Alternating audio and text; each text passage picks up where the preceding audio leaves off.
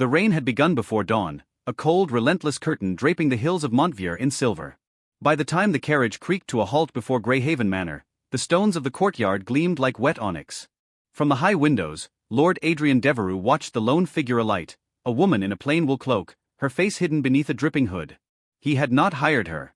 The steward had done so, desperate after a year of silent halls and tasteless suppers.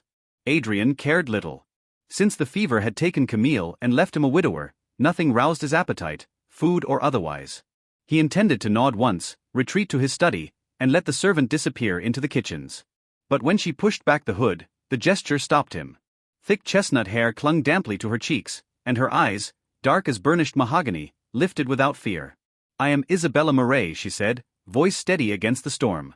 "You sent for a cook." A memory flickered, a village market years ago, the scent of cinnamon and bread, laughter beside a stall. He crushed it at once. Camille was gone. And yet, for the first time in months, Adrian felt the echo of hunger. Greyhaven's kitchens came alive beneath Isabella's hands. Copper pots sang again, herbs perfumed the empty halls, and the boy, young Lucien, followed her like a shadow.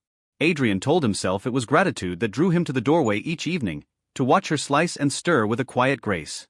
But when her sleeve slipped, revealing the pale scar along her wrist, he wondered what story hid beneath that calm surface, and why he wanted to know. Winter settled like a spell over Montvier. Snow veiled the vineyards, and nights stretched long and candlelit. Isabella moved through the manor as if she had always belonged, her laughter softening stone corridors once haunted by silence. Lucien adored her. Adrian could not deny the boy's sudden brightness, nor his own restless thoughts. He began to linger after supper, drawn to the warmth of the kitchen's great hearth. Isabella told stories of lion markets and river festivals, but when asked of her family, she offered only a faint smile. One evening, as wind battered the shutters, Adrian entered to find her bent over a pot of spiced wine.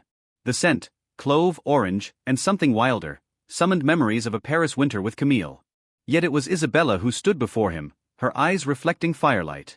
"You should not work so late," he said. "And you should not brood so late," she replied without turning.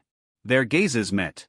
The silence that followed pulsed with an unspoken recognition, two souls marked by loss, finding a mirror in each other. He wanted to step closer, to brush the stray curl from her cheek, but the echo of his late wife's voice held him still. The next morning, the village priest arrived with a letter. Adrian glimpsed Isabella pale as marble while reading it. That night she burned the parchment in the hearth, embers rising like tiny, defiant stars. "Who wrote to you?" he asked quietly. "No one who matters now." But the tremor in her voice betrayed a past that could shatter them both. Rumor reached Greyhaven as winter waned. Travelers spoke of a nobleman scorned, a Marquis of Brielle, whose betrothed had vanished weeks before their wedding. A woman of beauty and scandal, they whispered, daughter of a merchant but promised to a man of title. Adrian listened in silence while the steward recounted the tale, every word carving a path to the truth. That night he found Isabella in the moonlit garden, cloak dusted with frost. "Tell me it is not you," he said. She lifted her chin. "It is. My father bargained me like a parcel. I fled before the vows could bind me." The revelation struck like a blade and a bomb. She was not merely a cook, she was a fugitive from the very world Adrian belonged to. "Do you know what they will call you? What they will call me?" "Yes," she whispered, stepping closer. "But I would rather live branded than die untouched by my own choice."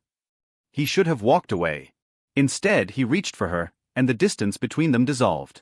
Their first kiss tasted of winter and wine, of defiance and need. From that night, secrecy bound them tighter than any priest's blessing. They met in shadowed corridors, in the hush of the orchard at dawn. Each touch was a rebellion, each whisper, a vow the world would condemn.